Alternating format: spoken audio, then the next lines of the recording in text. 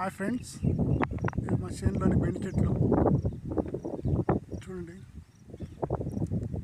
కొంచెం రోగం తగిలింది, అందుకే కాయలు సరిగ్గా కాయలేదు. ప్రశాంతంగా ఇలాంటి ప్రశాంతమైన వాతావరణంలో చూడండి చూడండి రోగం తగిలింది. కొంచెం చెట్లన్నీ ఒక రకంగా అయిపోయాయి.